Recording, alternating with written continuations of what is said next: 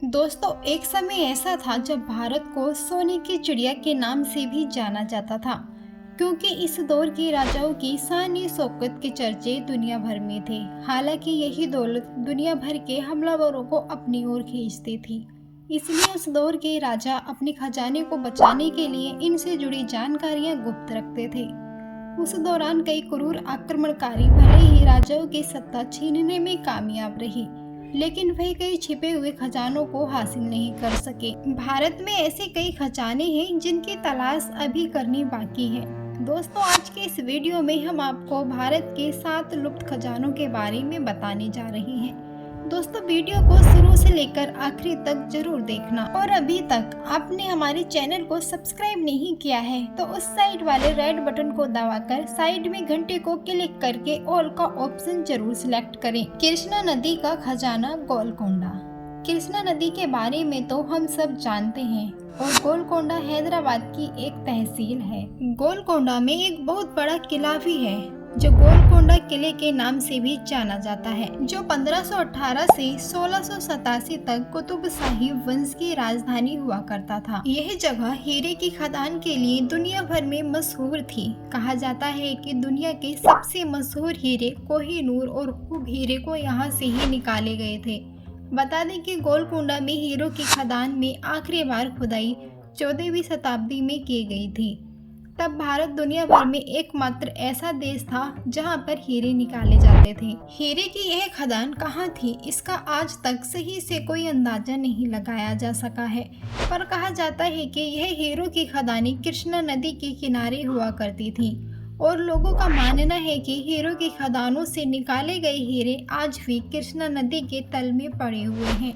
इन हीरों की खदानों के कारण गोलकोंडा दुनिया भर में प्रसिद्ध था, क्योंकि उस समय में केवल यहाँ से ही हीरे निकलते थे और दुनिया भर में भेजे जाते थे। नादिर शाह का खजाना दिल्ली। नादिर शाह के बारे में तो हमने किताबों में बहुत बार पढ़ा है। उनके युद्ध और शासनकाल के बारे में किताबों में देखने को मिल जाएगा। नादिर शाह 1736 में ईरान के शासक हुआ करते थे और सन 1739 में नादिर शाह ने भारत पर आक्रमण कर दिया था। उन्होंने 50,000 सैनिकों के साथ दिल्ली पर हमला किया और इस आक्रमण से दिल्ली में बहुत ज्यादा लोगों को मारा और काफी लूट मचाई। कहा जाता है उनके युद्ध का प्रमुख मकसद यह था कि दिल्ली को लूटकर इस पर शासन किया जाए, लेकिन उसकी शासन करने की इच्छा अधूरी रह गई। लेकिन नादिर शाह ने जो दिल्ली में लूट मचाई थी उसको ले जाने के लिए 240 किलोमीटर तक सैनिकों की लाइन लग गई।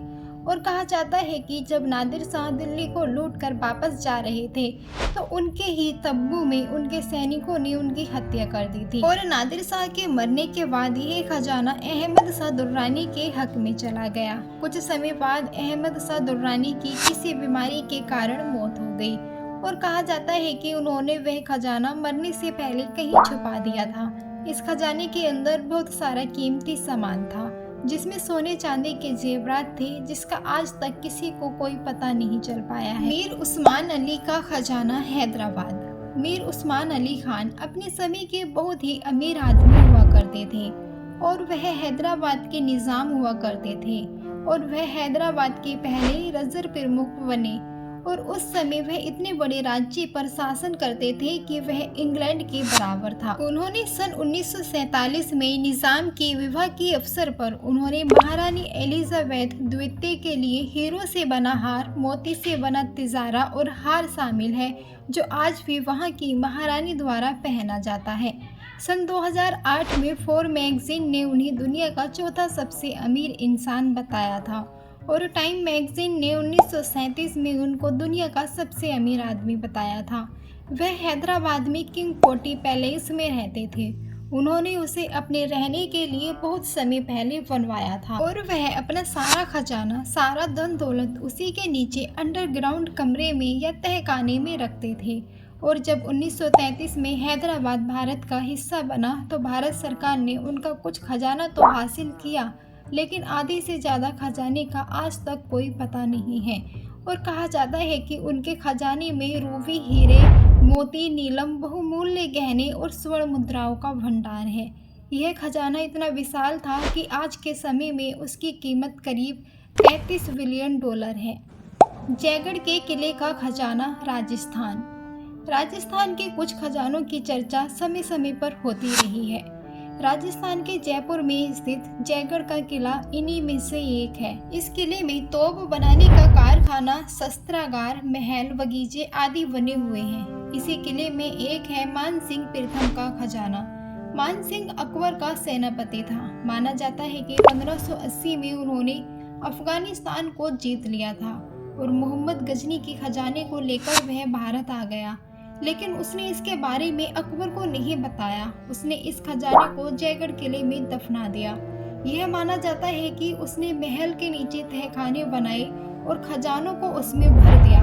कहा तो ये भी जाता है कि 1976 में इमरजेंसी के दौरान पूर्व प्रधानमंत्री इंदिरा गांधी ने भी इस खजाने की तलाश में जान लगा दी थी।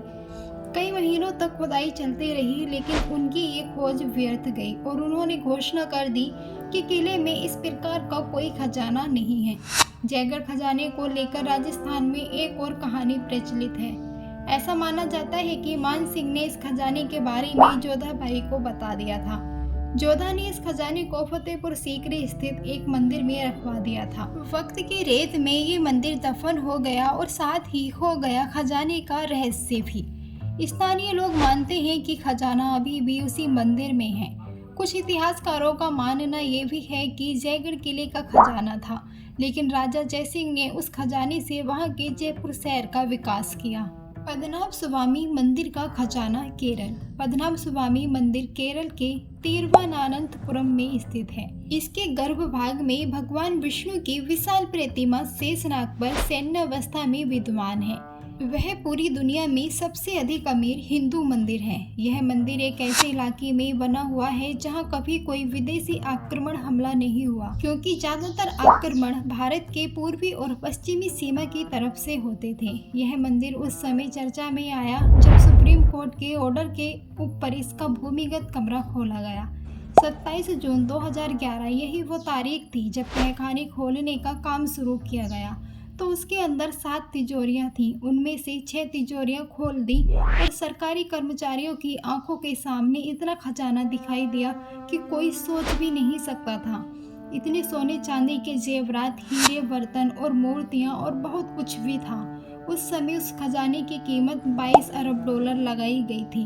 बता दें कि अभी भी 7वां तहखाना खोलना बाकी है और लोगों का मानना है कि इसमें उन सभी से भी ज्यादा खजाना इस तहखाने में है। जब 7 तिजोरी को खोला तो उसके अंदर एक लोहे की दीवार मिली जिस पर सांप का चिन्ह बना हुआ है।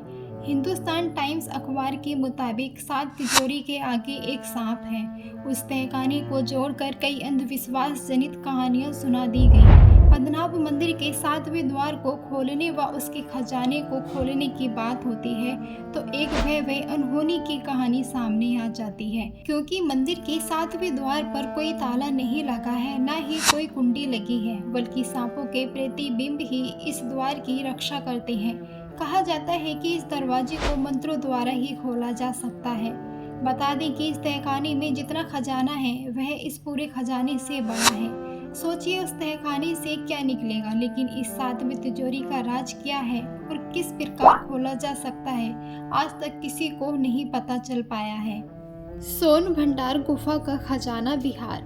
सोनभद्र की गुफाएं बिहार राज्य के एक छोटे से शहर राजगीर जो नालंदा जिले में स्थित है और इन गुफाओं को सोनभंडार गुफा के नाम से भी जाना जाता है, क्योंकि कहा जाता है कि इन गुफाओं में बहुत ही ज़्यादा मात्रा में खजाना छुपाया हुआ है जिसे आज तक कोई नहीं खोज पाया है। यहीं पर भगवान बुद्ध ने बिंबिसार को धर्म उपदेश दिया था। बता दें कि राजगीर में सोनभंडार नाम की एक गुफा है जिसके बारे में कहा जाता है कि इसमें मौर्य शासक बिंबिसार का बेशकीमती खजाना छुपा है जिसे आज तक कोई नहीं खोज पाया है। हालांकि बहुत से लोग इस खजाने को मगध सम्राट जरासंध का भी बताते हैं, लेकिन वहाँ इस बात के प्रमाण ज़्यादा हैं कि यह खजाना बिंबिसार का ही है, क्योंकि इस गुफा से कुछ दूरी पर उस जेल के अवशेष मौजूद हैं जहाँ अजातशत्रु ने अपने पिता बिंबिसार को बंदी बनाकर रखा था। सोनभंडार गुफा में प्रवेश करते ही पहले 10.4 मीटर लंबा, 5.2 मीटर चौड़ा और 1.5 मीटर ऊंचा एक कमरा आता है। यह गुफाएं चट्टानों को काट कर बनाई गई हैं। बता दें कि यह कमरा खजाने की रक्षा करने वाले सैनिकों के लिए बनाया गया था। इसी कमरे की पिछली दीवार से खजाने तक पहुंचने का रास्ता बना हुआ है, जिसका द्वार बिम्बिसार द्वारा एक पत्थर के दरवाजे से बंद कर दिया गया था। इस दरवाजे को आज तक कोई नहीं खोल पाया है। गुफा की एक दीवार पर विशेष संख लिपि भाषा में कुछ लिखा हुआ है, जिसे आज तक कोई नहीं पढ़ पाया। कहा जाता है कि इसी संख लिपि में खजाने के दरवाजे को खोलने का रहस्य छुपा हुआ है, लेकिन इसी लिपि को पढ़ने में दुनिया भर के लोग नाकाम रहे हैं। कुछ लोगों का यह भी मानना है कि बिम्बिसार के खजाने तक पहुंचने का रास्ता वैभवगिरी पर्वत सागर से होकर सप्तपर्णी गुफाओं तक जाता है, जो सोन भंडार गुफा की दूसरी तरफ पहुंचती है। माना जाता है कि अंग्रेजों ने एक बार तोप से खजाने के दरवाजे को तोड़ने की कोशिश की थी, लेकिन वो इसे तोड़ नहीं पाए। तोप के गोले के निशान आज भी दरवाजे पर मौजूद हैं, लेकिन वह भी इस खजाने को प्राप्त नहीं कर पाए थे। चार मीनार सुरंग का खजाना। ऐतिहासिक गोलकोंडा का किला और चार मीनार के बीच 15 फीट चौड़ी और 30 फीट ऊंची भूमिगत सुरंग है। इस सुरंग का निर्माण सुल्तान कुली कुतुब शाह ने करवाया था।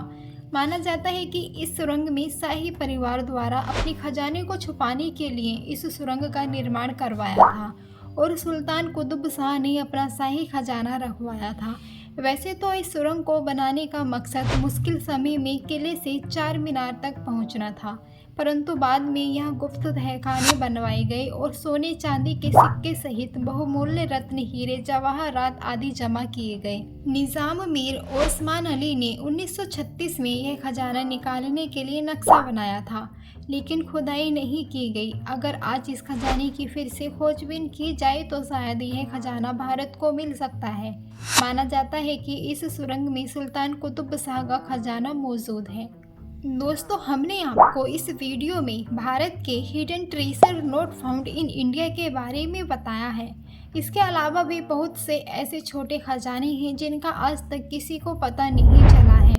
अगर सरकार द्वारा खोज करके इन सभी खजानों को प्राप्त कर लिया जाए तो भारत वापस से सोने की चिड़िया बन सकता है। दोस्तों, आप लोगों का इस वीडियो के ऊपर क्या कहना है, हमें कमेंट के माध्यम से ज़रूर बताएं। अगर आपको हमारी ये जानकारी पसंद आई है तो इसे अपने दोस्तों के साथ साझा जरूर करें और साथ ही चैनल को सब्सक्राइब करके बेल आइकन बटन दबा दें, ताकि आने वाली वीडियो सबसे पहले आप तक पहुँच जाए। धन्यवाद, नमस्कार।